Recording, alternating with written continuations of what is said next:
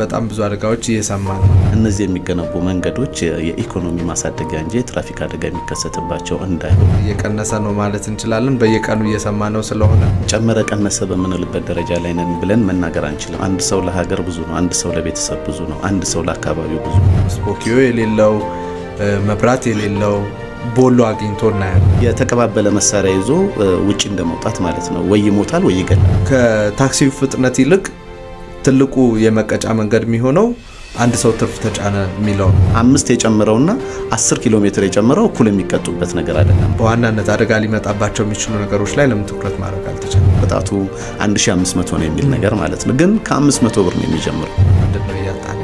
ማጣት የሚለው ቃል ይገልጻል ብዬ አላምንም። አሁን እናቷ መሞቷ ብቻ አይደለም፣ ህፃናት ግን ሌላ ሰው የላትም። ያቺ እናት ሌላ ዘመድ የላትም።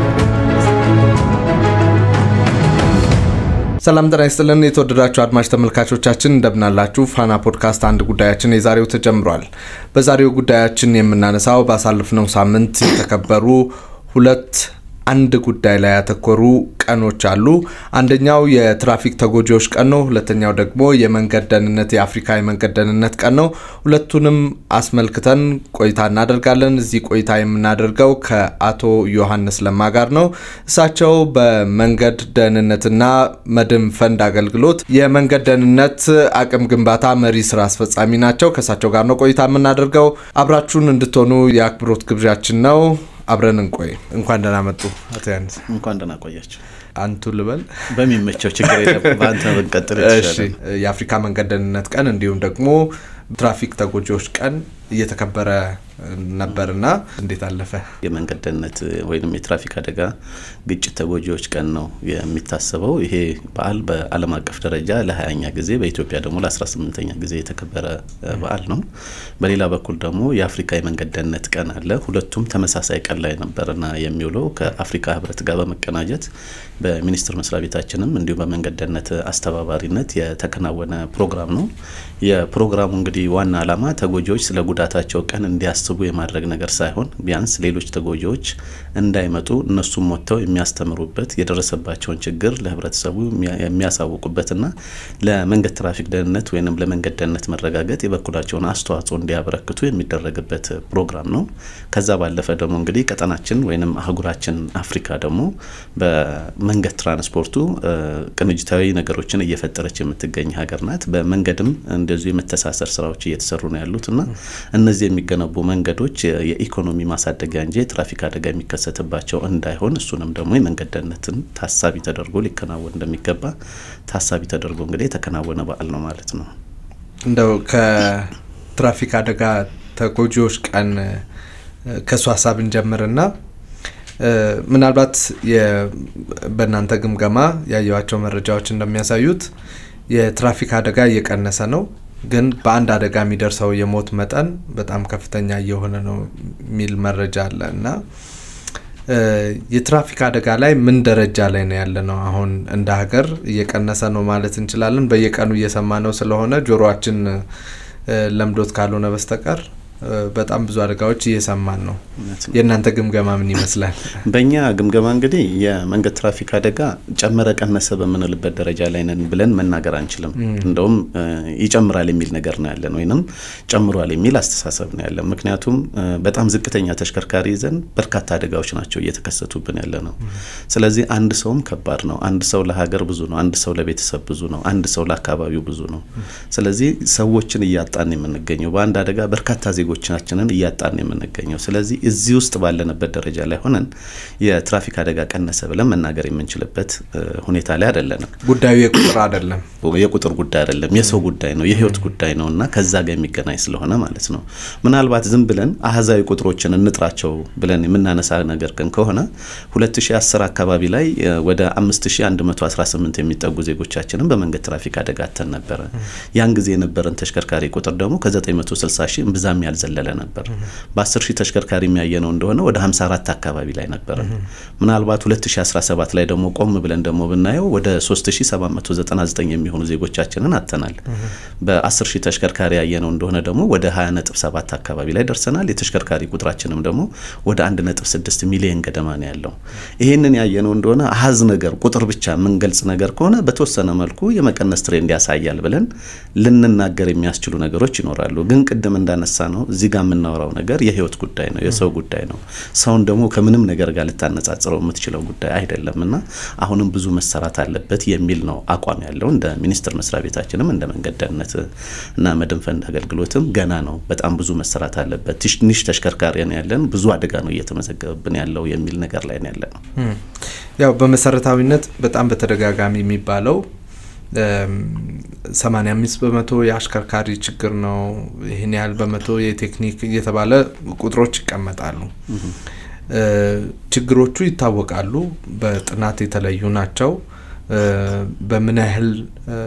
በምን አይነት ሁኔታ ምን አይነት ችግር ይገጥማል ሚለውም እሱም በደንብ የሚታወቅ ነገር ነውና እንደው በዋናነት ግን ምንድናቸው መንስኤዎቹ የትራፊክ አደጋ መንስኤዎች ምንድናቸው ሚለውን እናንሳና ቀጣይ ጥያቄዎች ላይ በደንብ በትኩረት መስጠት ስለምፈልግ ነው እንግዲህ እንደ ሀገር ለመንገድ ትራፊክ አደጋ መከሰት የተለያዩ ምክንያቶችን መዘርዘር እንችላለን ከነዛ ውስጥ ግን በዋነኛነት ደግሞ ተብለው የተለዩት አንዱ የአሽከርካሪዎች ቸልተኝነት ሁለተኛው የተሽከርካሪ ቴክኒክ ብቃት መጓደል ሶስተኛ የእግረኞች የመንገድ አጠቃቀም ስርዓት አለመዳበር እና በአራተኛ መንገዱና አካባቢዎቹን ብለን ልንጠቅሳቸው እንችላለን ከዚህ ውስጥ ከፍተኛውን ድርሻ ግን ይዘው የሚገኙት አሽከርካሪዎች ከ68% በላይ ይይዛሉ እንዲሁም የተሽከርካሪ ቴክኒክ ብቃት መጓደል ደግሞ ወደ 14% አካባቢ ይዛሉ ሁለቱም እንደምረው ከ80% በላይ የሚሆነውን ችግር ያዙት እነዚህ አካባቢዎች ላይ ነው ማለት ነውና አጠቃላይ የመንገድ ትራፊክ አደጋ መከሰቻ ምክንያቶቹ በዋናነት እነዚህ ናቸው በቀድሞ ስሙ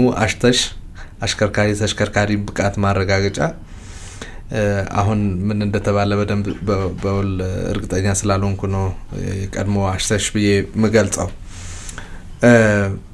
በጣም ትልቁ ትኩረት በጣም ትልቁ ክብ ያለው እዛ አካባቢ ነው አሽከርካሪዎች ያለ ብቃት ወይም ደግሞ ያለ ትምህርት መንጃ ፈቃድ ቤታቸው የመጣላቸው ተሽከርካሪዎች ደግሞ ስፖኪዮ የሌለው እናንተም የገመገማችሁት ነው ስፖኪዮ የሌለው መብራት የሌለው በቃ ከመቆም ውጭ ምንም መደረግ የሌለበት ቦሎ አግኝቶና ያለንና በሁለቱም በኩል የብቃት ማረጋገጫዎቹ አካባቢ ነው ችግር ያለው ሚል ግምገማ እንዳለ አቃለውና ይሄ በሆነበት ሁኔታ ይሄን ሁሉ አመት ይሄ ነው ችግሩ እየተባለ እንዴት ነው በደንብ መፈተሽ ያልተቻለው እዛ አካባቢ አዎ እንግዲህ ችግሮች በተለያዩ ጥናቶች የሚለዩበት ሁኔታዎች አሉ አሁን እንደተነሳውም እንደ ተቋም ከፍተኛ ትኩረት ተደርጎ የሚሰራው የመንገድ ደህንነትን ከማረጋገጥ አኳያ ከአሽከርካሪዎች መንጃ ፈቃድ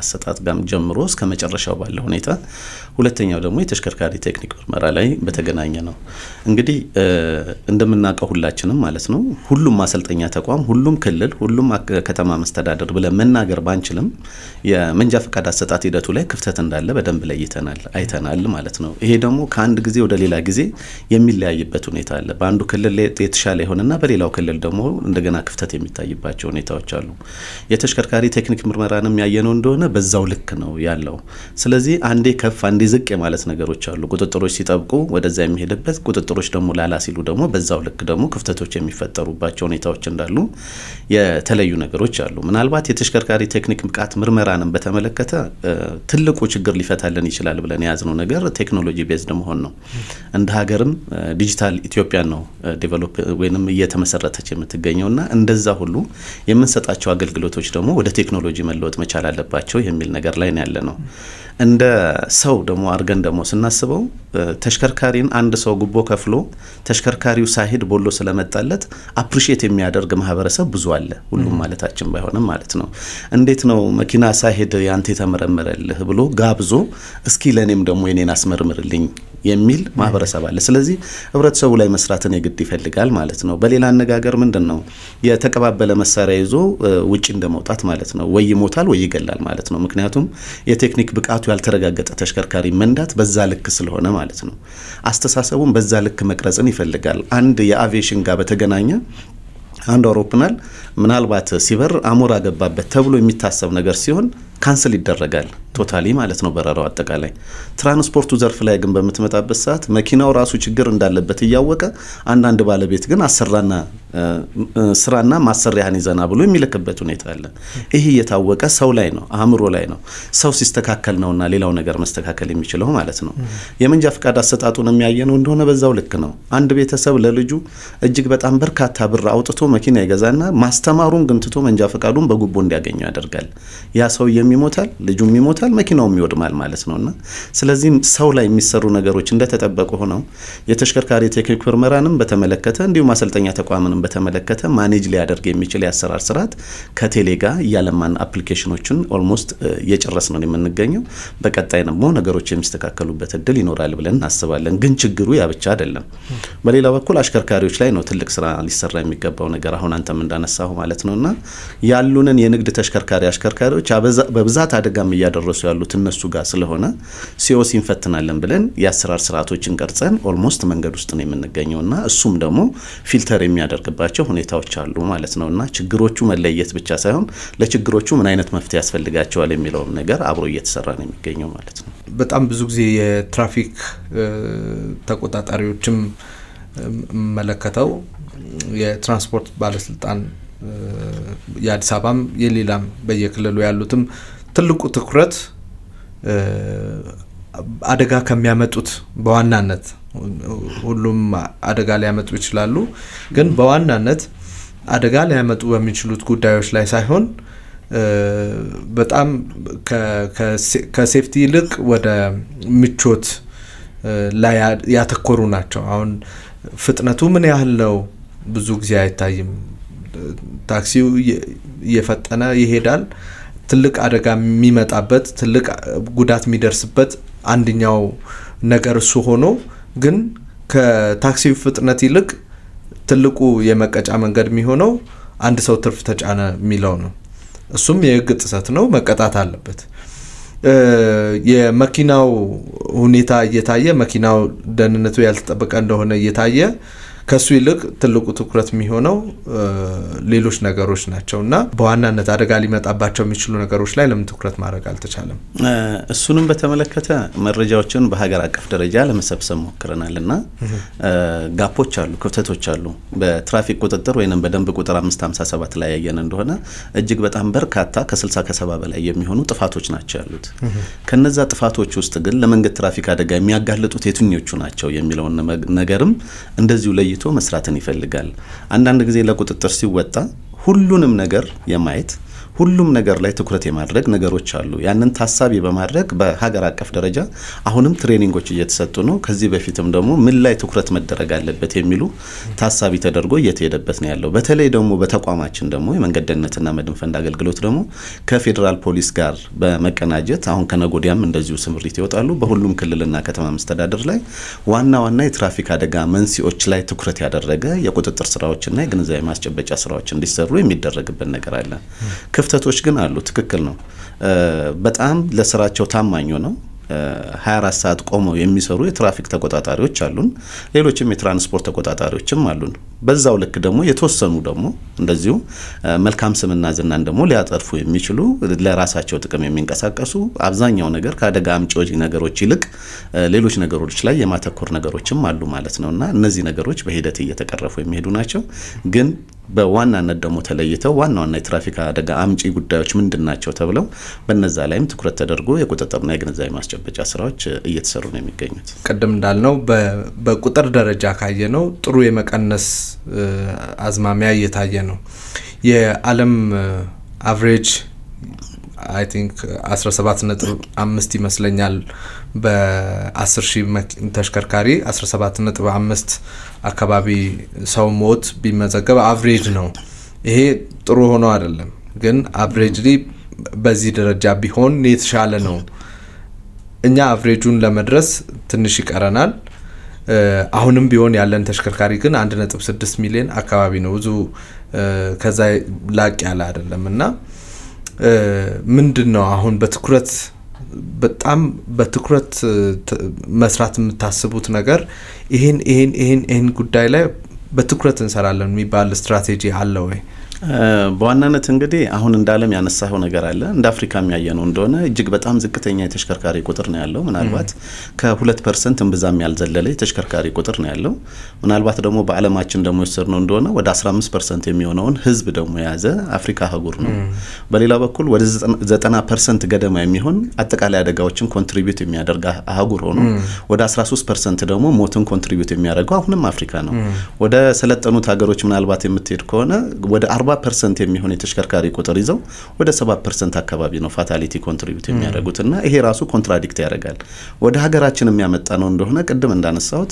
እጅግ በጣም ዝቅተኛ የተሽከርካሪ ቁጥር ነው ያለን ለትራንስፖርት አጥሮ በየቦታው አሰልፎ የሚያውለው የትራንስፖርት ቁጥር ለአደጋ ግን በስቶብን ነው ዛሬም እየተነጋገርንበት ያለ ነውና የተሽከርካሪ ቁጥራችንና እየደረሰ ያለው የትራፊክ አደጋ አሁንም ገና ነው ምናልባት አለማት በተለያየ መልኩ ይለካሉ የትራፊክ አደጋ መረጃዎችን አንዳንዶቹ ተሽከርካሪው በሸፈነው ኪሎ ሜትር ከቨሬጅ ይለካሉ አንዳንዶቹ በ100,000 ህዝብ ይለካሉ አንዳንዶቹ ደግሞ በ10,000 ተሽከርካሪ ይለካሉ እነዚህ መሰረት የሚያደርጉት የሀገሪቱን ኮንቴክስት ነው አብዛኞቹ አፍሪካ ሀገሮች ያላቸው የተሽከርካሪ ቁጥር ዝቅተኛ ሆኖ የህዝብ ቁጥሩ ግን ብዙ ስለሆነ በ10,000 ተሽከርካሪ ይለካሉ ስለዚህ በዛ ሌቭል ያየነው እንደሆነ የኛም ቀደም እንዳልኩት ወደ 20.7 አካባቢ ላይ መተናል ያው ይለካልና ይመዘናል ነውና ነው እንጂ የሰው ልጅን በዛ ደረጃ ምን ለካው ነገር ስላልሆነ ፓራማውንት ነው በምንም ልንተካው የምንችለው ነገር አይደለም የሰው ልጅ በአጠቃላይ ስለዚህ ግን የሚደርሱ አደጋዎችን ደግሞ የመቀነስ ትሬንድን ማሳየት ስለሚጠበቅ ነው ስለዚህ በቀጣይም አደጋውን ከመቀነስ አኳያ በዋናነት ትኩረት ተደርገው የሚሰሩባቸው ነገሮች አንደኛው ፍጥነት ነው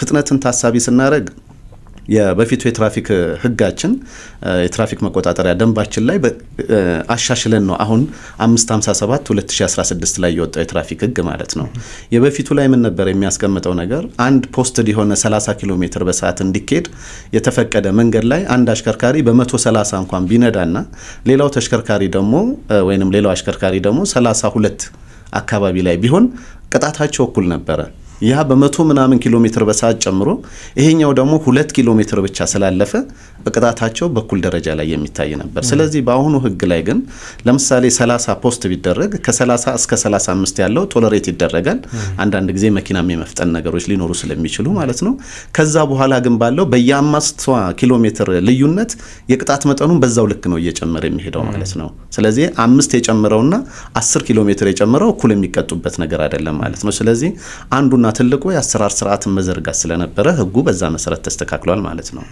ሁለተኛው ትኩረት ተደርጎ የሚሰራበት ነገር ጠጥቶ ከማሽከርከር ጋር በተገናኘ ነው በበፊቱ የትራፊክ መቆጣጠሪያ ደንብ ቁጥር 395/2009 ላይ ወጥቶ በነበረው መሰረት ማንኛውም አሽከርካሪ በደም ውስጥ 0.04 ሚሊ ሊትር ፐር ዴሲሊትር ከተገኘበት ወይንም ከዛ በላይ ከተገኘበት ይቀጣ ነበር የሚቀጣው ቅጣት ግን ተመሳሳይ ነው ምንም ያህል መጠን ይጠጣ ምንም ያህል እንትን ይሁን ከዛች አለፍ ካለ በዛ ደረጃ ነበር የሚቀጣበት ሁኔታ አሁን ላይ በትራፊክ መቆጣጠሪያ 557/2016 ላይ በወጣው ግን እሱም እንዲስተካከል ተደርጓል በተለይ የሞተር ሳይክል አሽከርካሪ የንግድ ተሽከርካሪ አሽከርካሪ ጀማሪ አሽከርካሪ ወጣቶች የተማሪ ሰርቪስን የሚያሽከረክሩ ምንም አይነት የአልኮል መጠን ጠጥተው ማለት ነው ናቹራል የሆነ አልኮል ማለታችን አይደለምና ውስጣቸው መገኘት የለበትም ብሎ ደምድሞታል ከዛ ባለፈ ደግሞ 0.04 የነበረውንም ወደ 0.02 መጥቷል ማለት ነው ይሄ ዓለም አቀፍ ስታንዳርድን የጠበቀ ነገር ነው ማለት ነው በሶስተኛ ደረጃ እንግዲህ ትኩረት የተደረገበት ነገር ደግሞ የቤልት ጉዳይ ነው የደህንነት ቀበቶ ማለት ነው የደህንነት ቀበቶን በተመለከተ ኢምፕሊመንት በተወሰነ መልኩ ተደርጓል በከተማችንም አንዳንድ ጊዜ ያው እንደ ጋቢ ጣል የማድረግ ነገር በተለይ ታክሲዎች ላይ እንደሆነ ዝም ብሎ የማጥለቅ እንደዚህ ነገር ችግሮቹ እንደተጠበቁ ሆነው ማለት ነው ግን አሴ ፕሪንሲፕል ቤልት መጠቀም በተለይ ጋቢና ላይ ለሚቀመጥ ሰው ከ45 እስከ 50% የሚሆን ሞትን የመታደግ አቅም አለው ከኋላ ለሚቀመጥ ሰው ደግሞ ከ25% እስከ 75% ሞትን የመታደግ አቅም አለው ስለዚህ የደህንነት ቀበቶ ወሳኝ ነው የሚል ነገርን ታሳቢ በማድረግ ስታንዳርድ እንዲወጣለት ብቻ ሳይሆን ስታንዳርዱ ራሱ አስገዳጅ እንዲሆን ከሚመለከተው አካል ጋር በመነጋገር እሱም ተፈጻሚነት ላይ ትኩረት አድርገን እየሰራንበት ነው የምንገኘው ማለት ነው። በሌላ በኩል እንግዲህ አንዱ ትኩረት ደግሞ በከፍተኛ ሁኔታ የምናደርግበት ነገር የሄልሜት ጉዳይ ነው።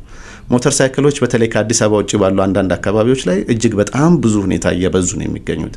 እሱ ብቻ ደግሞ ሳይሆን በአንድ ሞተር ላይ 3-4 ሰው መጫን ሁሉ እያየን የምንገኝበት ነገር ነው። ስለዚህ እሱን የአሰራር ስርዓት ቀርጾ ወደዛ ማስመጣቱ እንደተጠበቀ ሆኖ ስታንዳርዱን ደግሞ የጠበቀ ሄልሜት ደግሞ ማድረግን የግድ ይፈልጋል ማለት ነው። ስለዚህ ያንን ደግሞ ለማድረግ አሁንም ስታንዳርድ ኤጀንሲ ጋር አውጥተናል ስታንዳርዱን፣ እሱም ማስገዳጅ እንዲሆን ተደርጓል።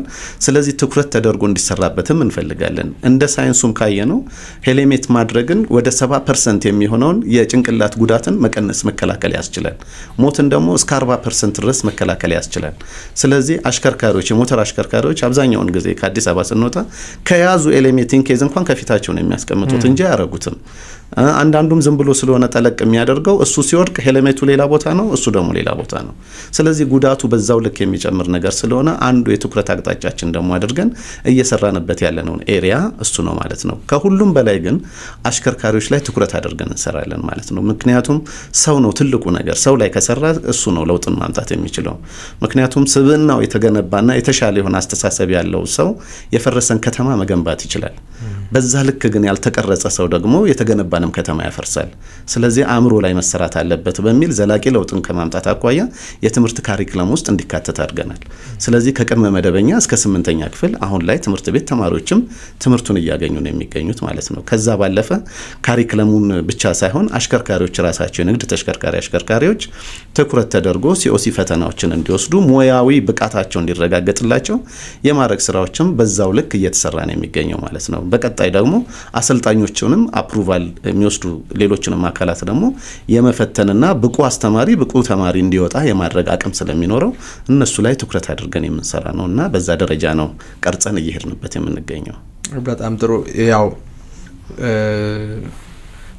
ቻርሊ ሙከር እንደሚለው ነው show me the incentive and I will show you the result ይላል። ቅጣትም ሆነ የምትሰጠውን መልካም ነገር ሽልማት አሳየኝና ከዛ ውጤቱን አሳይሃለሁ ነው። እነዚህ የብቃት ማረጋገጫውን የሚሰጡ ቦታዎች ላይ ትኩረት አድርጎ ቅጣትም ከሆነ ቅጣት ሽልማትም ከሆነ የሚገባቸውን መሸለም የሚያስፈልግበት ክሪቲካል ታይም ላይ ያለን ይመስለኛልና ከዛ ደግሞ ላይሰንስ የሰጡት ላይሰንስ ትክክለኛ ካልሆነ ላይሰንሱን የመንጠቅ ላይ እነዚህ ስራዎች ላይ ምንድነው የተሰራ ያለው? በጣም ትኩረት ያለበት አቅጣጫ ስለሆነ አዎ እንግዲህ የሚሰሩ ስራዎች በአጠቃላይ ስፋት ያላቸው ናቸው። በዋናነት ግን ኮር ብለን ደግሞ ምን ለያቸው ኤሪያዎች አሉ። አንደኛው አሁን ያነሳቸው የአሽከርካሪ ተሽከርካሪ ጉዳዮች ዚያር ኢንኩቤተር ናቸው። በዋናነት ሶርሱ እነሱ ናቸው። ምክንያቱም የሚፈለፈልበት ቦታ ላይ ስራዎችን መስራት ካልቻልክ ማባረር ብቻ ነውና የሚሆነው ማለት ነውና አሴ ፕሪንሲፕልም ስቲክ ኤንድ ካሮት የሚባል ፕሪንሲፕል አለ። ስለዚህ የተሻለ ስራ የሰሩትን ሪኮግናይዝ ማድረግ የተሻለ ስራ ደግሞ ያልሰሩትን ደግሞ መቅጣትን ይፈልጋል ማለት ነውና እንደ ሀገር በየአመቱ ሐምሌ ላይ በሀገር አቀፍ ደረጃ እውቅናዎች ይሰጣሉ። በመንገድ ትራፊክ ደህንነት አፈጻጸማቸው የተሻለ ስራ የሰሩ አካላትን ጭምር ነው እውቅና የሚሰጠው። እዛ ውስጥ እንግዲህ የክልልና ከተማ መስተዳድር የአሽከርካሪና ተሽከርካሪን የሚመሩ አካላትም አብረው ይኖራሉ ማለት ነውና ስለዚህ ሶርሱ ላይ መስራቱ የግድ ነው የሚሆነው። በዛ ደረጃ ቅድም እንዳነሳሁት ቴክኖሎጂ ቤዝድ መሆን መቻል አለብን። እያንዳንዷን ነገር ማወቅ የምንችልበት ሴንትራል የሆነ ቴክኖሎጂ ሊኖር ይገባል። ስለ ተሽከርካሪ ቴክኒክ ብቃት ስናወራ እያንዳንዱ ተሽከርካሪ የት ሄዶ ተመረመረ፣ እንዴት ተመረመረ፣ ምን ክፍተት ነበረበት የሚለውን ነገር ቢሮ ቁጭ ብለን መለየት የሚያስችለን የአሰራር ስርዓትን ይፈልጋል። ስለዚህ ትኩረት አድርገን ቴክኖሎጂ ቅድም ያነሳነው ነገር ያ ነው። ማሰልጠኛ ተቋማትም እርስ በርስ ኔትወርክ የሆነ ነገር ሊኖራቸው ይገባል። አሁን ባለን ደረጃ ላይ አንዱ ክልል ላይ የሚሰጥን ነገር አዲስ አበባ ላይ ማውቃት ይችላል፣ በፌደራል ደረጃ ላይ ማውቃት ይችላል። ስለዚህ ያንን ሁሉ ወደ ሴንተር ሊያመጣልህ የሚችል የአሰራር ስርዓትን ይፈልጋል ማለት ነው። ምናልባት አንዱ የምርመራ ተቋም ላይ አንድ ተሽከርካሪ ሄዶ ብቁ አይደለም ቢለው ሌላው ጋር ደግሞ ሄድና ብቁ ሆኖ ይመጣል ማለት ነው። ስለዚህ እሱንም መዳኘት የሚቻል የሚቻለው ሞር ከክትትልና ቁጥጥር ባለፈ በቴክኖሎጂ አስተሳስረው ኢዚ በሆነ መልኩ እነዛን አካላት መለየት ስትችል ነው። በዛ ደረጃ ደግሞ እርምጃዎችን መውሰድ ይፈልጋል ማለት ነው። እንዲሁ በአሰራር ደረጃ እስካሁን ባለንበት ደረጃ በርካታ የአሽከርካሪ ማሰልጠኛ ተቋማት ተዘግተዋል፣ ማስጠንቀቂያም ተሰጥቷል። የምርመራ ተቋማትም በዛው ልክ ማለት ነው። ግን ይሄ በቂ አይደለም። ምክንያቱም የሰው ጉዳይ ነው። ምናልባት የሆነ ቦታ ላይ ኮራፕሽን ብትሰራ ገንዘብ ሊሆን ይችላል፣ ከገንዘብ ጋር የሚገናኝ ነገር ሊሆን ይችላል። ከትራንስፖርት ከአሽከርካሪ ተሽከርካሪ ጋር ግን የተገናኙ ነገሮች የህይወት ጉዳይ ነው። ህይወት ነው የሚያሳጣው። ልጁን እኮ ያጣለ ራሱ ማሰልጠኛ ተቋም ሆኖ ራሱ ሳያሰለጥነው ቀርቶ ለልጁ መንጃ ፈቃድ ስላወጣ ብቻ ልጁ ወጥቶ አደጋ የደረሰበትና ህይወቱ ያጣበት ነገር አለ። ስለዚህ እያንዳንዱ ላይ የሚደርስ እያንዳንዱ ላይ ያንኳኳ ያለ ጉዳይ እንደመሆኑ መጠን ቅጣትና ሌሎች ነገሮች ብቻ ሳይሆን በወንጀል ሁሉ መጠየቅ አለባቸውና በዛ ደረጃ ነው ስራዎች እየተሰሩ ያሉት። እንግዲህ ፕሮሰስ ላይ ነው። በእርግጥም ትክክለኛ ስራዎች ተሰርተው ደግሞ ውጤታቸው ስራው ራሱ መናገር መቻል ስላለበት ማለት ነው። አሁን ግን ባለው ነገር የክፍተት የተገኘባቸው ላይ እርምጃ ይወሰዳል። በዛው ልክ ደግሞ እውቅና እየተሰጠ ነው ያለው። በቂ ነው ግን የሚል ነገር አይደለም። ሌላው ከቴክኖሎጂ አጠቃቀም አንፃር እናንሳ። ያው በተደጋጋሚ በየመሃሉም እያነሳ ነው ግን በጣም ትኩረት ሰጥተን ልናነሳ የሚገባው ጉዳይ ስለሆነ ነው። ለምሳሌ ፍጥነት መቆጣጠሪያ በአብዛኛው የምናውቀው የሆነ ቦታ ላይ መንገድ ላይ ይዘው የሚቆሙ የትራፊክ ተቆጣጣሪዎች ይዘው የምናየውን ነው። እነዚህን በከተማ ውስጥ በያሉበት ለምሳሌ በከፍተኛ ቦታ ላይ መስቀል ሊሆን ይችላል፣ ልክ ከካሜራ ጋር ኢንቲግሬት ማድረግ ሊሆን ይችላል። እነዚህ ቴክኖሎጂዎች ሊኖሩት ይችላሉ። ከአልኮልም አንፃር እንደዚሁ ለአንድ ሰው የተጠቀምነውን ለሌላ ሰው የምንጠቀመው አይደለም፣ ወጪው ከፍተኛ ሊሆን ይችላል። ምናልባት ደግሞ ጂፒኤስ ትራከር ብለን የመኪኖች ላይ የሚገጠም የት ናቸው መኪኖቹ፣ ምን አይነት ፍጥነት ላይ ናቸው፣ ፍጥነት መገደቢያውንም እዛው ላይ እንሰር ካለን እነዚህን አምጥቶ መጠቀም ምናልባት ከገንዘብ አንፃር አዋጭ ላይሆን ይችላል። ከምናተርፈው የሰው ህይወት አንፃር አዋጭ አይደለም ወይ?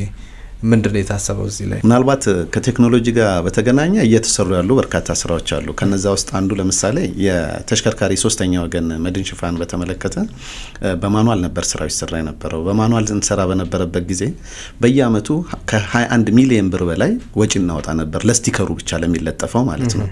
አሁን ግን ቴክኖሎጂው ከለማ በኋላ ግን እሱ ሁሉ ቀርቷል ማለት ነው። እሱ ቀርቶ በ7660 ብቻ ማንኛውም የተሽከርካሪ ባለ ንብረትም ይሁን ማንኛውም የትራንስፖርት ተጠቃሚ በዛው ደረጃ 7660 ብቻ በመጠቀም ያ ተሽከርካሪ መቼ ሶስተኛ ወገን እንደገባ መቼ ኤክስፓየርድ እንደሚያደርግ የት ድርጅት እንደተመዘገበ ሁሉ በዝርዝር ማወቅ የሚያስችል የአሰራር ስርዓት ተፈጥሯል ማለት ነው። ይሄ አሰራር ስርዓት ሲፈጠር የጠቀመው ኦንሊ እኛም ብቻ አይደለም። የኢንሹራንስ ተቋማትም በየብራንቾቻቸው ስቲከሩን ይዘው ይዞሩ ነበር፣ ያደርሱ ነበር ስቲከሩን። ለዛ የሚያወጡት የሰው ኃይል ነበር። ሌሎች ነገሮችን ሁሉ ቀንሶላቸዋል። የትራንስፖርት ባለ ንብረቶችም ደግሞ በዛው ልክ በየኢንሹራንሱ ደጃፍ ላይ መገኘት ኤክስፔክት ይደረግባቸው ነበር። አሁን ግን ስልካቸው ላይ ባለ አፕሊኬሽን ብቻ በመጠቀም የሶስተኛ ወገን ኢንሹራንሳቸውን መክፈል ይችላሉ ማለት ነውና ኢዚ ያደርገዋል ስራዎች። ግን አንዳንድ ጊዜ ከነበርንበት ቦክስ ውስጥ መውጣት አንዳንዴ ይቸግራል፣ ብዙዎቻችን ጋር ያለ ነገር ስለሆነ ማለት ነው። ሌሎችም የቴክኖሎጂ ውጤቶች አሁን እንዳነሳ ነው የትራፊክ አደጋ መረጃዎችን የምንሰበስበው በማኑዋሊ ነው። ፌደራል ፖሊስ ከሌሎች ክልሎች ይሰበስባል፣ እኛ ደግሞ ከዛ እንወስዳለን። እንደዛ አይነት ነገር ነው። እሱም ወደ ቴክኖሎጂ መቀየር ስላለበት አርዲኤምኤስ ብለን ወይንም ሮድ ትራፊክ አክሲደንት ዳታ ማኔጅመንት በሚል የአሰራር ስርዓትን ቀርጸን ቴክኖሎጂውን አልምተን በሌላ አካል አሁን ኢምፕሊመንት እያደረግን ነው የምንገኘው። ፓይለት ላይ ነን። በቀጣይ ደግሞ ከየትኛውም ወረዳ የሚደርስ የትራፊክ አደጋ ለሚመለከተው አካል ኦን ዘ ስፖት ሆኖ መረጃው እንዲደርሰው የማድረግ ስራዎችን እየሰራ እንገኛለን ማለት ነው። የተሽከርካሪ ምርመራ ተቋማትን ቅድም እንዳልነው ነው። በተለይ ከጂፒኤስ ጋር ደግሞ የተሽከርካሪ ቴክኒክ ብቃትን ከማረጋገጥም አኳያን በለው ስፒድ ሊሚተርን እሱንም አፕሊኬሽኑን ኦልሞስት እየጨረስን ነው። ከቴሌ ጋር ነው እሱንም እየሰራን ያለ ነው። በቀጣይ በተለይ ኮሜርሻል ቬሂክሎች በቴክኖሎጂ የሚታሰሩበት ኢንተግሬተድ ጂፒኤስ ስፒድ ሊሚተር ኢምፕሊመንት የሚደረግበት ስራዎችንም እየሰራን የምንገኘው ኦልሞስት አፕሊኬሽኑ እያለቀ ነው። በቀጣይ እንግዲህ የአሰራር ስርዓቶችን ዘርግቶ ተግባራዊ የሚደረግባቸው ሁኔታዎች ይኖራሉ ማለት ነው። የቁጥጥር ስራ ቁጥጥራችንንም በአብዛኛው ካየነው ማኑዋል ነው አብዛኛውን ስራ እየሰራን ያለነው ቁጥጥራችን ማኑዋል ነው እኛ የምንገዛቸው ራዳር አልኮል ቴስተር ቦዲካም ወይንም የትራፊክ መቆጣጠሪያ ስቲክ እነዚህ ነገሮች በጣም ትንሽ ናቸው ስለዚህ በዛው ልክ ክልሎችና የከተማ መስተዳድሮችም ትኩረት ሰጥተው በጀት መድበው መስራትን ይፈልጋል ማለት ነው እኛ በየአመቱ እየገዛን ለክልሎች የምንሰጠው ነገሮች አሉ አሁን ራሱ ፕሮሰስ ላይ ያለ ወደ 38 የሚሆኑ ስፒድ ሊሚተሮችን ወይንም ራዳሮችን ለመግዛት ፕሮሰስ ላይ ነን ለክልሎች ነው እሱንም የምናሰራጨው ማለት ነው ግን ከዛ ይልቅ እኛ የማሳየት ነው የፌደራል ሌቭል ተቋም ነው እኛ እናሳያለን ጥቅሙን እናሳያለን ከዛ ክልሎችና የከተማ መስተዳድሮችም ደግሞ በዛው ልክ ሪአክት ማድረግን ይፈልጋል እኛ ምልካት 2 እና 3 ራዳር ለአንድ ክልል ምኑም ምናት የቱ ጋር ያድርጋት ቤቱ ጋር ይተቀመጣት ስለዚህ በዛው ደረጃ ስራዎችን መስራት ይፈልጋልና እነዛን ታሳቢ አድርገን ይሄድነው ነገር ነው ምንም ከሚሰጠው ጥቅም አኳያ ካየነው ምንም ውድ አይደለም ለስንት ነገር ይወጣል የትራፊክ ቁጥጥርን ደግሞ ማስተካከል ደግሞ የሰው ነፍስን ንብረትን አካልን መታደግ ስለሆነ ሞር ስራዎቻችንን ቴክኖሎጂ ቤዝድ የሆኑ ነገሮችን ለማድረግ ነው በብስፋት እየሰራን የምንገኘውና ስለዚህ ማስፋትን ይፈልጋል በተለያዩ ቦታዎች ላይ ሃንድ ገኗን ወይንም በእጅ ብቻ ይዞ የመቆም ነገር ሳይሆን ዋናውና የትራፊክ አደጋ የሚፈጠርባቸውና ትራፊክ ጥሰት ደንብ መተላለፍ የሚፈጸምባቸው አካባቢዎች ላይ ካሜራ ሁሉ መስቀልን ይፈልጋል ማለት ነው እንደ አዲስ አበባ የተጀመረ ነገር አለ በትራፊክ ማኔጅመንት ስር ማለት ነው ከዛ ባለፈ ግን ቀይ መብራት ላይ በብዛት ይጣሳል ቀይ መብራት ላይ የሚገጠሙ ካሜራዎች አሉ ሌሎችም ነገሮች እንደ ፕሮጀክት አድርገን ይዘናቸዋል ኢምፕሊመንትን እንግዲህ በጀትን ይፈልጋል መንገድ ደህንነት ደግሞ ከፍተኛ በጀትን ይፈልጋል ያንን ደግሞ ያፈላልግነን የምንገኘው እንግዲህ በቀጣይ ሳምፕል ነው የምናሳየው ለክልልና ከተማ መስተዳድር እነሱም ደግሞ በዛ ደረጃ እንግዲህ ስራዎችን ይሰራል ብለን የምንጠብቀው ከራዳር ቁጥጥር ጋር ተያይዞ ተደብቆ የመቆጣጠር ነገር ከማስተማር ይልቅ መቅጣቱ ላይ ትኩረት ያደርጉ ነገሮች አሉ በርግጥ እሱ ራዳሩ ላይ ብቻ ሳይሆን ሌሎችም ነገሮች ላይ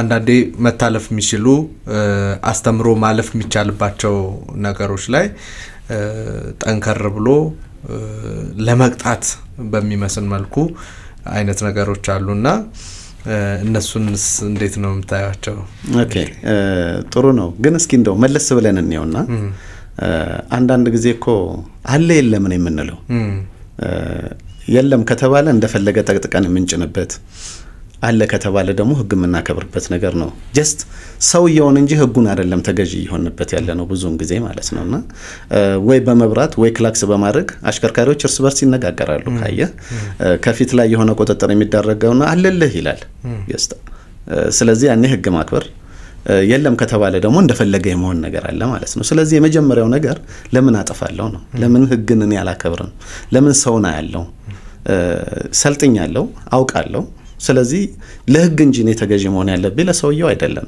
ኖረም አልኖረም ማለት ነው ግን አብዛኛውን ጊዜ ያለው ነገር ከዚህ ጋር የተገናኘ ነገር ስለሆነ ነው አንድ ሁለተኛው ነገር እንደ ትራንስፖርትም መንገድ ደህንነትም እንወሰደው እንደ ሚኒስትር መስሪያ ቤታችንም እንወሰደው ወይ እንደ ትራፊክ ተቆጣጣሪም እንወሰደው ገንዘብ መሰብሰብ አላማችን አይደለም ቶታሊ ማለት ነው የኛ ትልቁ አላማ ዜጋ በሰላም ወጥቶ በሰላም መግባት አለበት ከመንገድ ትራፊክ አደጋ የተጠበቀ ማህበረሰብ መኖር አለበት የሚል ነገር ነው ግን እዛ ውስጥ ጥፋት ደግሞ የሚያጠፉ ሰዎች የግድ ይቀጣሉ ያ ካልሆነ በስተቀር ለኛ አይደለም ገቢም የሚገባው ለትራፊክ አይደለም ገቢ የሚገባው ወይ ለሌላ አካል በቃ ይሄንን የሚመለከተው አካል አለ ለዛ አካል ነው ያ የሚሆነው ስለዚህ ከኛ ጋርም ከሌላ አካል ጋርም የተገናኘ ነገር አይደለም አሁን ለምን ይደበቃሉ ሌላ ጉዳይ እናደርገውና ለምን እናጠፋለን ደግሞ የሚለውን ደግሞ መለስ ብለን ነው ጉዳዩን የራሳችንን አድርገው ከምንም በላይ እኔ ለህግ እንትን ኮንኩኝ ተገዢ ኮንኩኝ አንዳንዴ ምን አለ ስቲክ ኤንድ ካሮትን እዚህ ላይ የምናምጣውና በየቤታችን ህፃናትን እንይ ህፃናቱን አንዳንዴ እድሜያቸው እስከ 10 አመት እንደዚህ ሆኑ ሰዎችን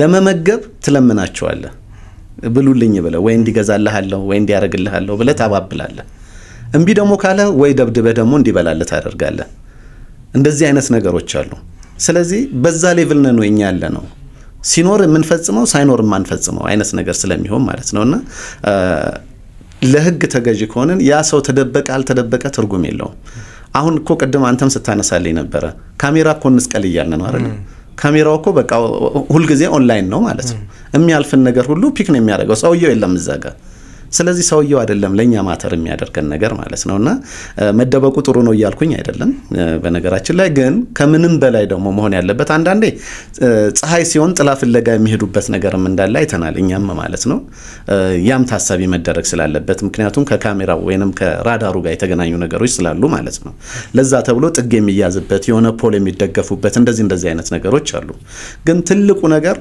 አደጋ ሲደርስ እዛ ላይ የሆነ ነገር ማድረግ ሳይሆን እኛ አደጋ እንዳይደርስ መከላከል ነው ትልቁ ሚሽናችንም ሊሆን የሚገባው እየተሰራም ያለው ነገር ለዛ ነው መክሮ ትምህርት ሰጥቶ እንደዚህ ማለፍ አለበት አዎ መሆን አለበት ግን የትኞቹ አደጋ ላይ የትኞቹ ችግሮች ላይ ቀይ መብራትን ጥሶ የሚሄድን ሰው ምን ብለህ ነው እሱን የምታስተምረው ምን ብለህ ነው የምትነግረው በሱ ምክንያት እኮ ሌላ ሰው አደጋ ውስጥ እየገባ ነው ሌላ ሰው እኮ ችግር ውስጥ እየገባ ነው ማትመልሰውን ህይወት እኮ ያጣ ነው እዚህ ጋር ስለ ገንዘብ ነው አሁን የሚወራው ስለዚህ ኦቨር ስፒድ በ30 ተብሎ 87 እንደዚህ የሚሄድን ሰው ምንድነው የምታስተምረው እዛ ጋር ፐርፐዝ ላይ የሚደረግ ነገር ስለሚበዛ ማለት ነው ሌሎቹ ነገሮች ላይ ግን ትምህርት መስጠት ለአደጋ ያለውን ተጋላጭነት ታሳቢ አድርጎ ማስገንዘብና መምከር ደግሞ ይጠበቃል እውነትም ነውና ማለት ነው ግን አንዳንድ ሆነ ተብሎ የሚደረጉ ነገሮች ግን ብዙ ትምህርት ላይ ትኩረት የሚያደርግ ነገር አይደለም ማለት ነው ምክንያቱም ይሄ ነገር ሀፕን ቢያደርግ ምናጣው ነገር ልንመልሰው ማንችለው ጉዳይ ስለሆነ ማለት ነውና እዛ ላይ ታሳቢ ይደረግ ሌሎቹ ችግሮችን ግን በሂደት እየፈታናቸው እንሄዳለን ሌላው ምናልባት ይሄን ጥያቄ ስጠይቅ በጣም ብዙ ሰው ሊጋራኝ የሚችለው ነው ብዬ አስባለሁ የትራፊክ ተቆጣጣሪዎች ጉዳይ ትርፍ ተጭኖ እንደዛ በኃይለኛ ፍጥነት እየተጓዘ ጥራት የሌለው መኪና በፍጥነት ሲጓዝ እናያለን ይሄ ከተማ ውስጥ ብቻ ሳይሆን ሀገር አቋራጭ የትራንስፖርቶችን የሚጨምር ነውና ከምትንከራተት አምጣ እየተባለ በይፋ የሚጠየቅበት እንደዚህ አይነት በጣም ስርዓት አልበኝነት ሁሉንም ማለት አይደለም ይሄን ስል በጣም የተመሰገኑ የትራፊክ ተቆጣጣሪዎች እንዳሉ ምንም የሚካድ አይደለም እና እኛም ለምንድነው ምትቀጣው ብለን አንዳንድ ጊዜ እንደው ጥፋት የሌለው ሰው ሲቀጣ ስታይ አሁን እሺ ምን አጥፍቶ ነው ብለ ስትጠይቅ እንኳን በስርዓት መልስ ማይሰጡ የሚያንቋሽሽ የሚሰድብ የትራፊክ ተቆጣጣሪዎች አሉና እነዚህ ለትራፊክ አደጋ መከሰት አንዱ ምክንያት ኮንትሪቢዩት የሚያደርጉ አስተዋጽኦ የሚያበረክቱ እየሆኑ አይደለም ወይ እነሱ ላይስ ምን እርምጃ እየተወሰደ ነው ህዝቡስ ይሄን በእነዚህ ሰዎች ላይ ያለውን ምሬት የት ሄዶ መግለጽ ይችላል እንዴት መጠቆም ይችላል እሱንም አንድ ላይ እናነሳው ኦኬ ቆንጆ ጥያቄ ነው ምናልባት ከቁጥጥር ስርዓቶቻችን ጋር በተገናኘ የሚነሱ ኢሹዎች ናቸው ቅድም እንዳልከው በጣም ስነ ምግባር ያላቸው ለሙያቸው ተገዥ ሆኖ የሙያዊ ስነ ምግባራቸውን የሚጠብቁ እነሱ ከሌሉ አካባቢ ሁሉ የሚተሳሰርበት ለዛ ተሰጥተው እየሰሩ ያሉ የትራፊክ ተቆጣጣሪዎች የትራንስፖርት ተቆጣጣሪዎች አሉን እንደውም አንዳንዶቹ ቤታቸው ማታ ሲገቡ ልጃቸውን የማያዩ ልጃቸው ተኝቶ የሚጠብቃቸው ለሊት ተነስተው ደግሞ ለስምሪት ሲወጡ አሁንም ልጃቸው ተኝቶ የሚያዩ ቤታቸው ሲገቡ ቆመው ስለሚውሉ እግራቸውን በቀዝቃዛ ውሃ ዘፍዝፈው የሚያድሩ ብዙ የትራፊክ ተቆጣጣሪዎች አሉን በዛው ልክ ደግሞ በጣት የሚቆጠሩ ኮሎኔት የሚቆጥሩ በምን ልቅጣህ የሚሉ ለራሳቸው ጥቅም ደግሞ የሚውሉ እንደዚህ አይነት ደግሞ የትራፊክ ተቆጣጣሪዎች አሉ ሁሉም በሚዛኑ ሲሆን ጥሩ ስለሆነ ማለት ነውና ስለዚህ እነዚህን አካላት ደግሞ አውጥቶ የፈጸሙትን ችግርን ታሳቢ ያደረገ ቅጣት ሊፈረድባቸው ወይንም ሊሰጣቸው እንደሚገባ ይታመናል ይሄ አንድና ሁለት የምንለው ነገር ስላልሆነ ማለት ነው ምናልባት አንዳንድ ጊዜ የግንዛቤ ክፍተቶችም የሚፈጥሩብን ነገሮች አሉ የትራፊክ መቆጣጠሪያ ደንብ ቁጥር 557 ላይ 2016 የወጣው አዲሱ ህግ ላይ ያ የትራፊክ መቆጣጠሪያ ህግ የማይቀጣው አካል የለውም እግረኛን ይቀጣል የተሽከርካሪ ባለንብረትን ይቀጣል የጋራጅ ባለንብረትን ይቀጣል ትራፊክ ፖሊስን ይቀጣል የትራንስፖርት ተቆጣጣሪን የሚቀጣል አሽከርካሪን ብቻ አይደለም የሚቀጣው ማለት ነው ግን እንዴት ነው የሚቀጣው ደግሞ የሚለው እዛ ላይ የተቀመጡ ነገሮች አሉ ለምሳሌ አንድ የትራፊክ ፖሊስ መንገድ ላይ ያስተናበረ በሚገኝበት ሰዓት መድሎ ከፈጸመ ካመናጨቀ ከተሳደበ እንደዚህ ከሆነ ብሎ ይዘረዝራል በዛ መሰረት እንዲ ነገር ከተገኘ ምስክሩን ብቻ ያሰው ይዞ ለቅርቡ ሐላፊ መንገር ነው የመጀመሪያው ነገር ያ የቅርብ ኃላፊው የማይፈታው ነገር ግን ከሆነ ትራንስፖርት ሚኒስቴር ወይንም መንገድ ደህንነትና መድን ፈንድ አገልግሎት ይሄንን ነገር ይፈታል እዛ ደንቡ ላይ ተቀመጠ ነገር ስለሆነ ግን እስከምን ድረስ ነው እዛ ድረስ እኛ ምን ሄደው የሚለው ነገር ላይ ግን ብዙ አልተሰራበትም ኢቭን አንድ ቅጣት ይቀጣል አሽከርካሪዎች ጋር በስፋት ስለምንገናኝ ቅጣት በሚቀጡበት ሰዓት የተጻፈላቸውን ወረቀት ብቻ ይዞ መሄድ ነው አሁን ያለው ነገር ግን ያ አይደለም መሆን ያለበት ምክንያቱም በትራፊክ መቆጣጠሪያ ደንቡ ላይ እርከኖች ተቀምጠዋል በዛ እርከን መሰረት ነው የጥፋት መጠኑ በቲክቶክ በተለያዩ ማህበራዊ ድረገጾች እንደሚተላለፉ ነገሮች አሉ ቅጣቱ 1500 ነው የሚል ነገር ማለት ነው ግን ከ500 ብር ነው የሚጀምረው ያ አይደለም ማለት ነው 1500 የሚለው ምናልባት ለትራፊክ አደጋ ቀደም እንዳነሳው ተጋላጭ የሆኑ ስተቶች ሲሰሩ ነው ለምሳሌ ቀይ መብራት መጣስ ለምሳሌ ኦቨር ስፒድ መሄድ ጠጥቶ ማሽከርከር እነዚህ ነገሮች ለትራፊክ አደጋ ያላቸው ነገር በጣም ከፍተኛ ነው ስለዚህ እነዛ ላይ ካልሆነ በስተቀር በሌሎቹ ግን ከ500 ነው የሚጀምረው ስለዚህ እኔ በምንድነው የቀጣኸኝ ብሎ በምንድነው ጠያቂ አሽከርካሪ ያስፈልጋል ማለት ነው በምንድነው የቀጣኸኝ እኔ ያጠፋሁት ይሄንን ነው ለምንድነው ይሄን የጻፍክልኝ ብሎ መጠየቅ መቻል አለበት ምናልባት አሁን ላይ ገንዘብ ነው እየተቀጣን እየሄድን ያለ ነው በቅርብ ጊዜ እንትኑን ጨርሰናል ፖይንት ፔናልቲ ሲስተም ጨርሰናል ይፋ ያደረግን ነው የምንገኘው ስለዚህ ያ ገንዘብ ብቻ ሳይሆን መንጃ ፍቃድ ይታገዳል ማለት ነው መንጃ ፍቃድ ለ6 ወር ይታገዳል ለአመት ይታገዳል ለአመት ከ6 ወር ይታገዳል ከተሰለጠንክ በኋላ ነው ወደ መንጃ ፍቃድ እንደገና ልትመለስ የምትችለው በተለይ የሙያ አሽከርካሪዎች መንጃ ፍቃዳቸው ከታገደ ስራ መስራት አይችሉም ማለት ነው ስለዚህ እስከዛ ድረስ ተረርቶ መብቱን የሚጠይቅ አሽከርካሪ ይፈልጋል ማለት ነው ስለዚህ አሁንም ትራፊክ ፖሊሶቻችን ጋር አልፎ የሚከሰቱ እንደነዚህ አይነት ኬዞች ሲኖሩ ለሚመለከተው አካል ለቅርብ አለቃው ማሳወቅ ከዛ ባለፈ ደግሞ ለሚመለከተው አሁንም ለትራንስፖርት ሚኒስቴርም ሆነ ለመንገድ ደህንነት አሳውቆ ክልል ላይም የትራንስፖርት ቢሮዎች ስላሉ በዛ ደረጃ ያ ችግር እንዲፈታ ማድረግ የሚቻልበት ነገር አለ በነገራችን ላይ ምናልባት አሃዙን ይዤ ስላልመጣውኝ እንጂ በርካታ የትራፊክ ፖሊሶች ከስራ የተነሱአሉ በርካታ የትራፊክ ፖሊሶች የተባረሩና በህግ ተጠያቂ ሆኑ አሉ የትራንስፖርት ተቆጣጣሪዎችም ጭምር ማለት ነውና እንደዛ ደግሞ አሁን እንደምንለው ከስንት አንድ ደግሞ እየሄዱ ችግራቸውን የሚገልጹም ስላሉ ማለት ነው ህዝቡስ የታቤት ይበል ትልቁ ነገር ፌደራል ፖሊስ ያለማው አፕሊኬሽን አለ ያን አፕሊኬሽን ተጠቅሞ ኢቭን ማንነቱ እንኳን በማይታወቅ መልኩ መረጃዎችን ማስተላለፍ ይችላል ፕሌይ ስቶር ላይ አለ ፌደራል ፖሊስ አፕ ማለት ነው ያንን አፕሊኬሽን ተጠቅሞ ስልኩ እንዳይታይ አድርጎ ማንነቱ እንዳይታይ ወቅ አድርጎ ካልፈለገ ማለት ነው ከዛ በኋላ ምን እርምጃ ተወሰደ የሚለውን ሁሉ መረጃ መከታተል የሚያስችል አፕሊኬሽን ለምቷል ማለት ነው በዚህም አፕሊኬሽን መጠቀም የሚችሉበት እድል አለ ከዛ ባለፈ ግን እኔ ተበዳይ እስኮንኩኝ ድረስ መሸሽ የሚገባኝ ነገር ስለሌለ ያንን የደረሰብኝ ነገር ማሳወቅን ይጠይቃል ማለት ነውና ይሄ ትራንስፖርት ተቆጣጣሪዎችንም ጭምር ማለት ነው የትራፊክ ፖሊስ ብቻ ሳይሆን ማለት ነውና በዛ መሰረት ከሄድን በሂደት እንግዲህ ነገሮችን እየለመድናቸው ስንሄድ የተሻለ ነገር ይፈጠራል ብለን እንጠብቃለን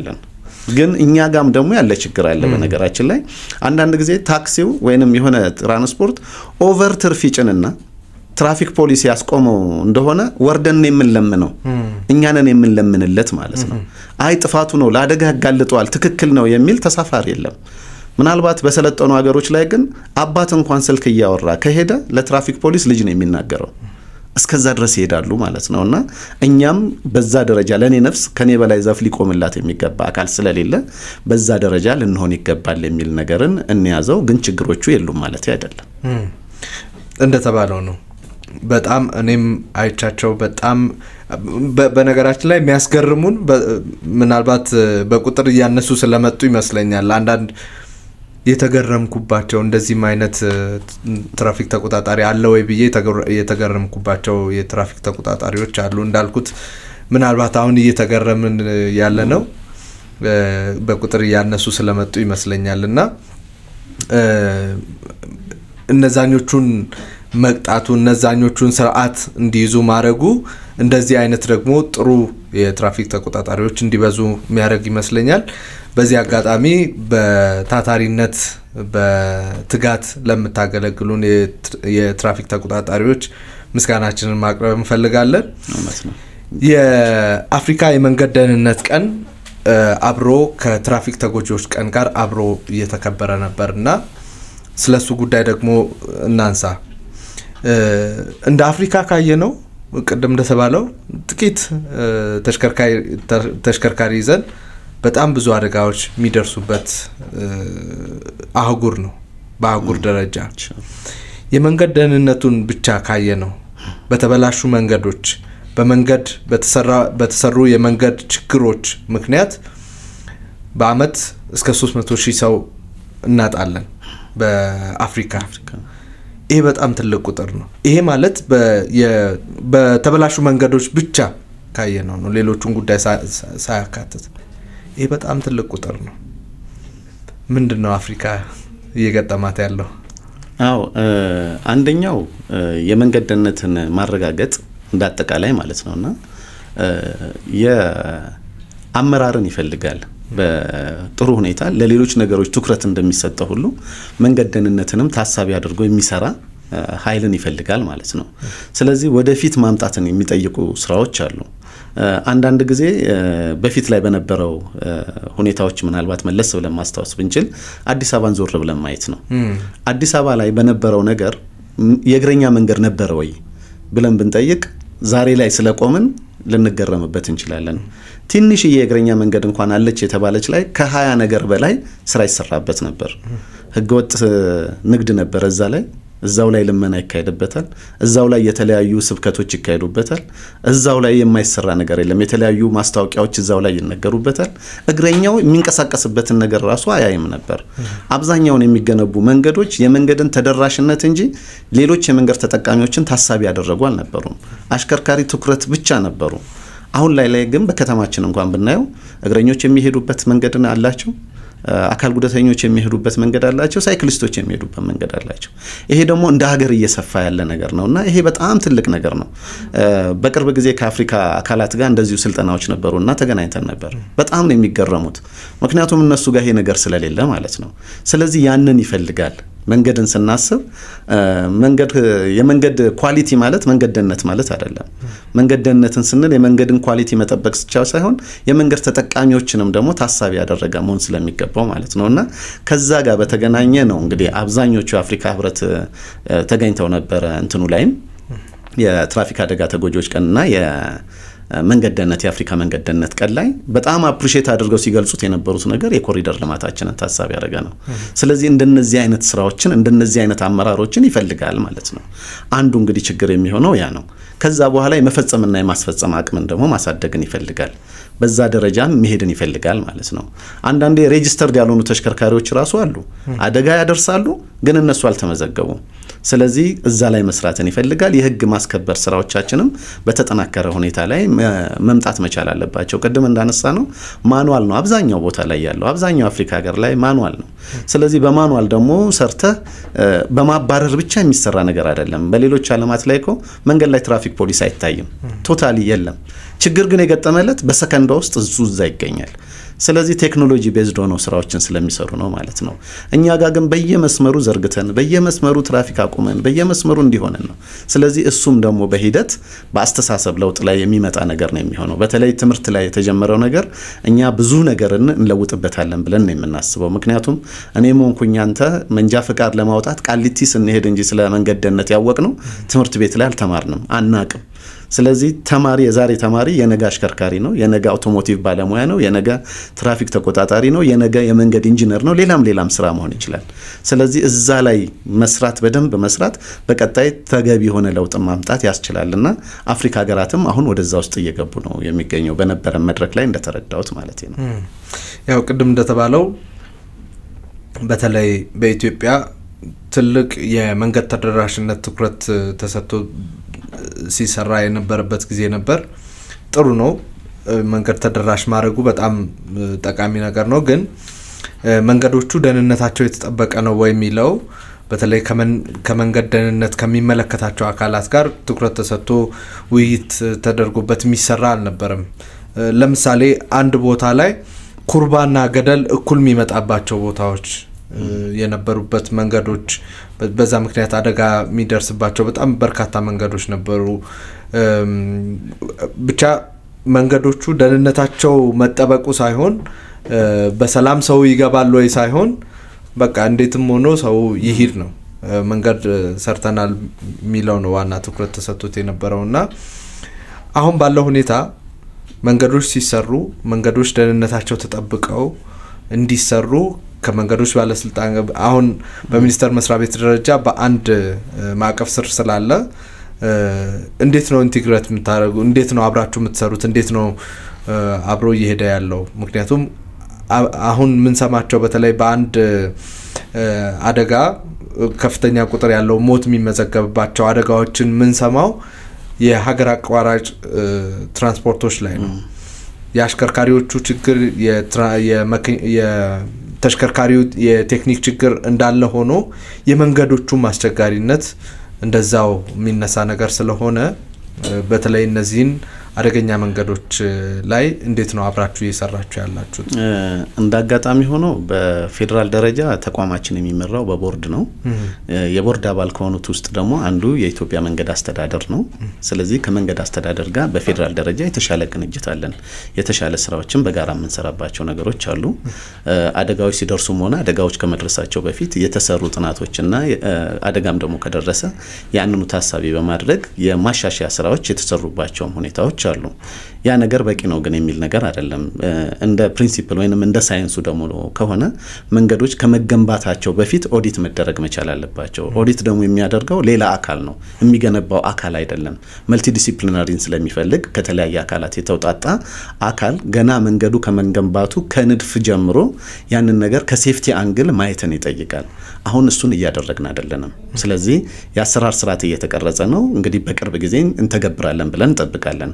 ምክንያቱም ሰው እንዳይታመም ነው መስራት ያለበት እንጂ ከታመመ በኋላ መውጋቱ አይደለም ትልቁ መፍትሄ ያንን ታሳቢ ደግሞ ለማድረግ መንገዶች ከመገንባታቸው በፊት በንድፍ ደረጃ ላይ ቢሰራ ወጪንም ይቀንሳል የሚጠፋ አካልና ንብረትንም ደግሞ በዛው ልክ መቀነስ የሚያስችልበት ወይንም ማዳን የሚያስችልበት እድል ይፈጠራል ስለዚህ ያንን ታሳቢ በማድረግ ከሚመለከተው መንገድ አስተዳደር ጋር ስራዎችን እየሰራን የምንገኘው ከዛ ባለፈ እንደውም ሮድ ፈንድ ደግሞ ድጋፍ ያደርጋል በተለያየ ጊዜ በየአመቱ ድጋፍ የሚያደርግባቸው ነገሮች አሉና የተሻለ ቅንጅቶች አሉን በተሻለ ሁኔታ ስራዎች እየተሰሩ ነው ይሄ ነገር ግን በክልልና ከተማ መስተዳደር ደግሞ ደረጃ መስፋት መቻል ደግሞ አለበት ምክንያቱም በክልልና ከተማ መስተዳደር የክልሉ ወይንም የከተማ መስተዳደሩ መንገድ ልማት ቢሮ ነው እነዚህ አይነት ስራዎችን ደግሞ መስራት የሚችለው ምናልባት የፌደራል መንገድ ላይ ነው በብዛት ትኩረት የሚያደርገው ስለዚህ ያ ነገር ነው ወይ ግን ብለን ደግሞ ስናስብ አሁንም ጥያቄ ውስጥ የሚከቱ ነገሮች አሉ ማለት ነው ስለዚህ ኦዲት ብቻ መደረግ አለበት አንድ በሌላ በኩል ደግሞ ኢንስፔክትም ደግሞ መደረግ አለበት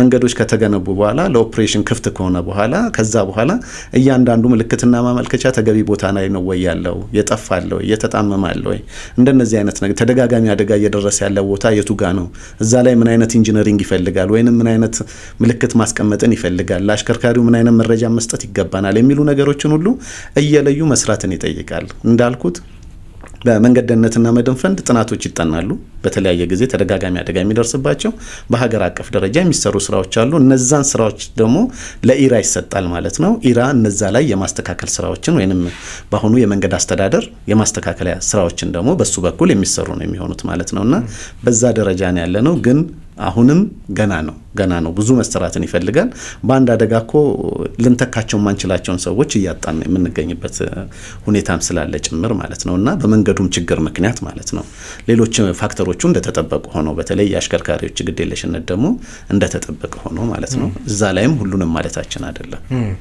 ያው ማመላከቻዎችን በተመለከተ በየቦታው ማመላከቻዎች ከኢራጋ ከኢትዮጵያ መንገዶች ባለስልጣን ጋር በመተባበር በየቦታው እየተተከሉ እንደሆነ እናያለን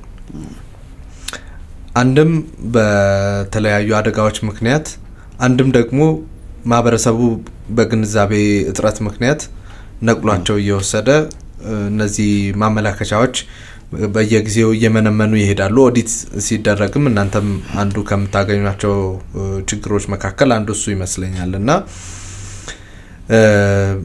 ቶሎ መተካት ላይ እና ደግሞ ማህበረሰቡን ግንዛቤ መፍጠር ላይ አሁን እየተጎዳ ያለው እነዛ ምልክቶች ባለመኖራቸው እየሞተ ያለው አደጋ እየደረሰበት ያለው የዛው ማህበረሰብ ልጅ ነው እና እሱን ግንዛቤ መፍጠር እንዳለ ሆኖ የጠፉትን የተጎዱትን ቶሎ ከመተካት አንፃር ግን እናንተ በእናንተ በኩል ምን እየሰራችሁ ነው እንግዲህ ትልቁ ነገር አሁን ያነሳው ነው መትከሉ ብቻውን ትርጉም የለውም ባየነውም ጥናት ግማሹ ይነቀልና ሰው ቤት ወስዶ እንደ መብራት ይጠቀምበታል ግማሹ ያፈርሰውና ከውስጡ ያለውን ብረት አውጥቶ ይሸጣል በከተማችን ደግሞ ያየነው እንደሆነ አንዳንድ ቱቦዎች ላይ ክዳናቸው ራሱ ተሰርቆ የሚሸጥባቸው ሁኔታዎች አሉ። እኔ ሻጮቹ አይደለም የሚገርመኝ ገዢውም ጭምር ነው። ትልቁ የሚገርመው እንደውም ገዢው ነው። ከመንገድ ላይ ተነቅሎ የሚመጣን ነገር ሰው ሊያድን የተቀመጠን ነገር የትራፊክን ቦታ ሸፍኖ ይሰራል ተብሎ የተቀመጠን ምልክትና ማመልከቻ ሰርቆ እንደዛ አይነት ነገሮች ውስጥ ማድረግ ተገቢ አይሆንም። ሰራቂውም ያለው ህብረተሰብ ውስጥ ነው የሚሸጠውም በህብረተሰብ ውስጥ ያለ ሰው ነው የሚገዛውም ጭምር ማለት ነው። ስለዚህ እዛ ላይ ህብረተሰቡም እንደነዚህ አይነት ሰዎችን አውጥቶ ለሚመለከተው አካል ማድረስን ይጠይቃል ማለት ነው። ከዛ ባለፈ መንገዶች ስለተገነቡ ብቻ የአንድ አካባቢ ባለቤት ነው ማለት አይደለም። ህብረተሰቡን አዌር ማድረግና እዛ አካባቢ ያሉ ነገሮችን እንዲጠብቅ ባለቤት ማድረግን ይጠይቃል ማለት ነው። ስለዚህ አንዱ አሁን ትኩረት ተደርጎ በተለያየ አካባቢ ላይ ክልሎችና ከተማ መስተዳድሮች እንዲሰሩ አቅጣጫ የተሰጠም ነገር ይሄ ነው። መንገድ መገንባቱ ምልክትና ማመልከቻ ማስቀመጡ ብቻ ሳይሆን እዛ አካባቢ በመንገድ ኤሪያ ላይ የተቀመጡ ምልክትና ማመልከቻዎች እንዲጠበቁ በአግባቡ እንዲቀመጡ በአግባቡ ያለመላቸውን ዓላማ እንዲያሳኩ ከማድረግ አኳያ ባለቤት የዛ አካባቢ እንዲሆን ቆጥሮ እንዲረከብ በየጊዜው ደግሞ ችግር ሲገጥም ሪፖርት እንዲያደርጉሉ የአሰራር ስርዓት ተቀርጾ በዛ ደረጃ ስራዎች እየተሰሩ ነው የሚገኙት ማለት ነው። ጉዳቱን ከቁጥር ባሻገር ምንድነው ያጣን ያለ ነው? እንግዲህ በየጊዜው ተጎጂዎችንም ስለምታዩ እናንተ በደንብ ፔኑም ይታያቸዋል ብዬ አስባለሁና ምንድነው ያጣን ያለ ነው? ምናልባት ማጣት የሚለው ቃል ይገልጻል ብዬ አላምንም። ያው ሌላ ቃል እንግዲህ የለንምና ማለት ነውና የማናጣው ነገር የለም። እንደ ሀገር በጣም ብዙ ነገር ነው ያጣንበት ያለ ነው። አንድ አደጋ አንድ ቤተሰብ ላይ ሲደርስ ምን ያህል ነገሮችን ነው የሚያስተናግደው ብሎ ማሰብ ነው። ፓራማውንት ነው የሚባለው ህይወትም ለዛ ነው በምንም ልንጠቃው የምንችለው ጉዳይ ስላልሆነ ሰው እኮ የሆነ ህመም ሲይዘው ያለ ንብረቱን ሁሉ ሽጦ ህይወቱን ለማዳን ነው የሚሄደው። ህይወቱን ማዳን ስለሚጠበቅበትም ጭምር ማለት ነውና በውጪ ይሄ አቅም የፈቀደለት ውጪ ሄዶ የሚታከመው ያለችውን ንብረት ሽጦ የሚታከመው ሌላ ነገር የሚያደርገው ህይወትን በምንም ነገር መተካት የሚቻልበት ምንም እድል ስለሌለ ጭምር ነው። አሁን አጋጣሚ ሆኖ የትራፊክ ግጭት ተጎጂዎች ቀን ራሱ ሲከበር ታሳቢ የተደረገው ወይንም እንደ መሪ ቃል በዓለም አቀፍ ደረጃ ላይ የወጣው የጠፉ ተሰጥኦች የሚል ነው። ሎስት ታለንት የሚለውን ነገር ሊተካው ይችላል ብዬ አስባለሁኝና በዛ ነው የተቀመጠው። ያ ማለት እንግዲህ አንድ ሰው ሲሞት ጀስት ስጋና ነፍሱን ብቻ አይደለም የምናጣው፣ ዓለም ከዛ በላይ ነው የምታጣው። የዛን ሰው እምቅ ችሎታዎች፣ የዛን ሰው እቅዶች፣ የዛን ሰው ነገ ተጽዕኖ ፈጣሪነቱን ጭምር ነው የምታጣውና ብዙ ነገር ነው ሉዝ እያደረግን የምንገኘው። እንደ ሀገራችን ያሰብን እንደሆነ መለስ ብለን እንኳን ብናይ መዳወላቡ ላይ የደረሰ የትራፊክ አደጋ ማሰብ እንችላለን። በርካታ ምሁራንን ያጣንበት በአንድ አደጋ ከ18 ምናምን በላይ ሰዎች ህይወታቸው ያለፈበት ነው። እቺ ሀገር አንድ ዶክተርን ለማምረት ቢያንስ 30 ዓመትን ትፈልጋለች። በአንድ አደጋ እነዛን ሁሉ ሰዎች ምሁራን ደግሞ ማጣት ለሀገር ምን ያሳጣን እንደሚገኝ ዝም ብሎ ተራ የሆነ እንኳን መገመት የሚቻልበት ነገር አለ። በወቅቱ አንድ ዲፓርትመንት ተዘግቶ ነበር።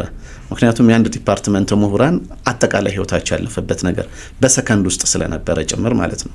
በቅርብ ጊዜ ወደ 7 የሚሆኑ የጤና ተቋማትን ባለሙያዎችን እንደዚሁ አተናል በአንድ አደጋ ምክንያት ማለት ነው። እነዛ ሰዎች ስንት ሰውን ሴቭ ማድረግ ያስችሉ ነበር?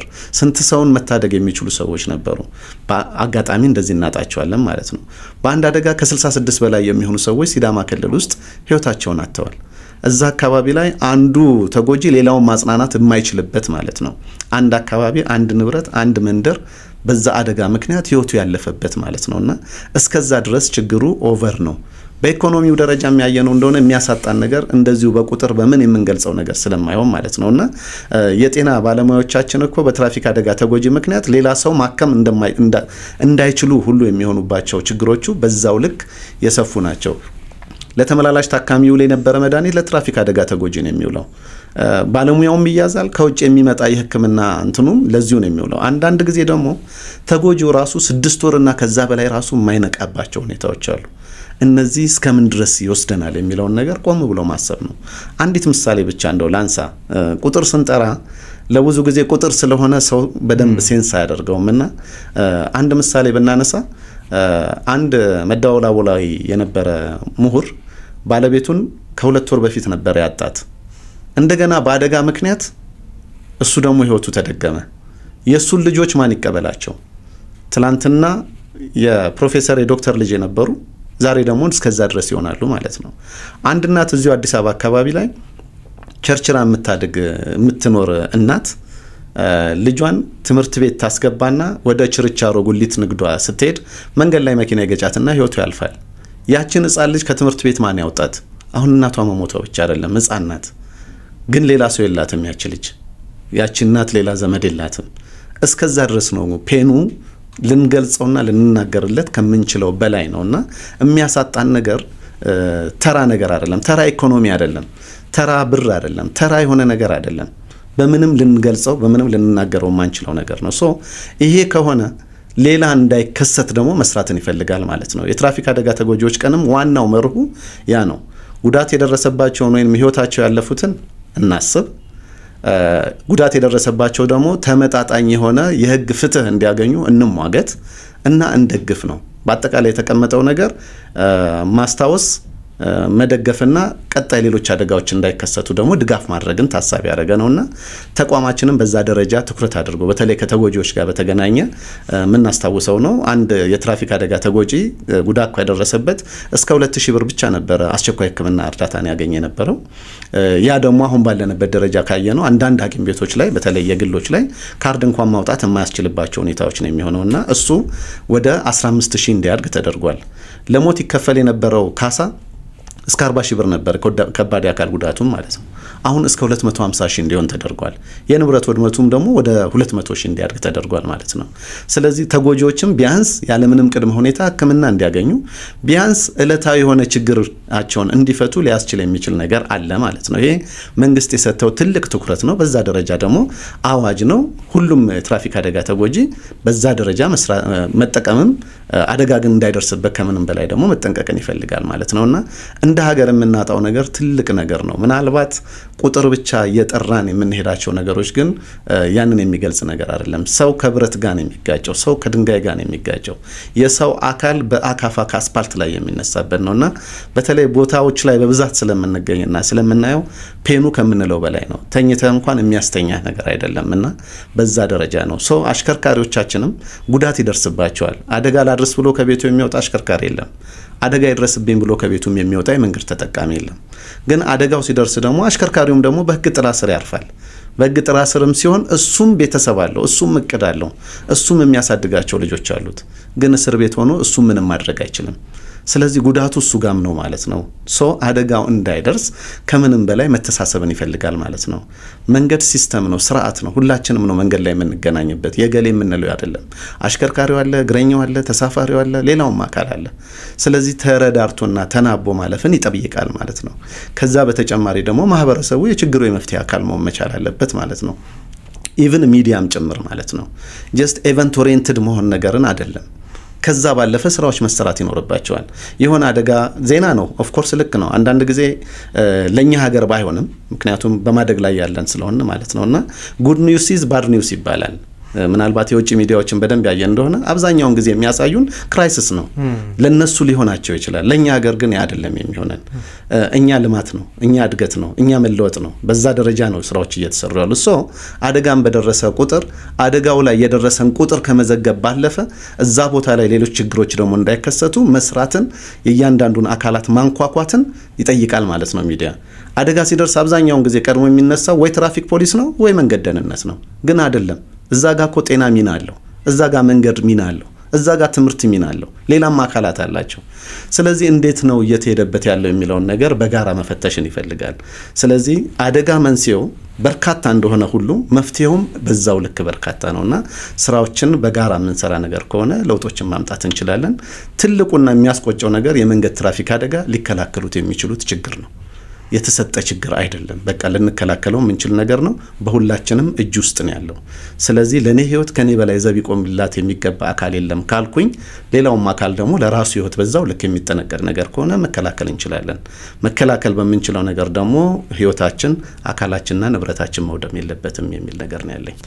በጣም ነው መመስግነው አቶ ዮሐንስ። እኔም በጣም ነው የማመሰግነው ለሰጣችሁን እድል በጣም እናመሰግናለን። አጀንዳችሁም ጥሩ ነበረ። ብዙ ሐሳቦችን ተለዋውጠንበታል ብለን እናስባለን። ሌላ ጊዜም እንግዲህ የአድማጮች አስተያየት፣ የአድማጮች ምልከታ፣ የአድማጮች ደግሞ ጥያቄዎች ሲኖሩ ደግሞ እንደዚሁ ሐሳቦችን የምንለዋወጥ ይሆናል። ለሰጣችሁን ነገር ግን ከልብ እናመሰግናለን። አድማጭ ተመልካቾቻችን እናንተንም ከልብ አድርገን እናመሰግናለን። እንግዲህ ሐሳብ አስተያየት ጥያቄዎች ካሏችሁ እንደተባለው ከስር በአስተያየት መስጫ ሳጥናችን ልታጋሩን ትችላላችሁ። የዛሬው የትራፊክ ተጎጂዎችን ቀን እንዲሁም ደግሞ የአፍሪካ የመንገድ ደህንነትን ቀን አስመልክተን ያዘጋጀነው የአንድ ጉዳይ ዝግጅታችን እዚህ ላይ አብቅቷል። መልካም ጊዜ ይሁንላችሁ።